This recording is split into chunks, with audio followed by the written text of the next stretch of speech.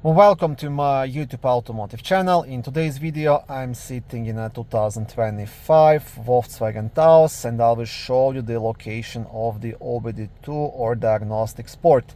This video should apply to these vehicles made from 2022 all the way up to 2026 and possibly newer as well.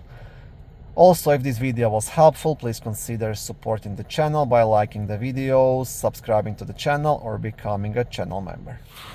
Okay, so I will zoom in and turn on the flash on my phone so you can see it better. So the OBD-II port is located deep under the steering wheel. Try to squeeze my phone in there. And it's right here, this purple connector, you see? This is the OBD-II port, and you will need the OBD-II scanner to be able to connect to it and scan the modules and get the error codes or do diagnostics and things like that. But this is where it is. Thank you for watching my video. I hope it was helpful and educational. If it was, please like it and consider subscribing to my YouTube automotive channel.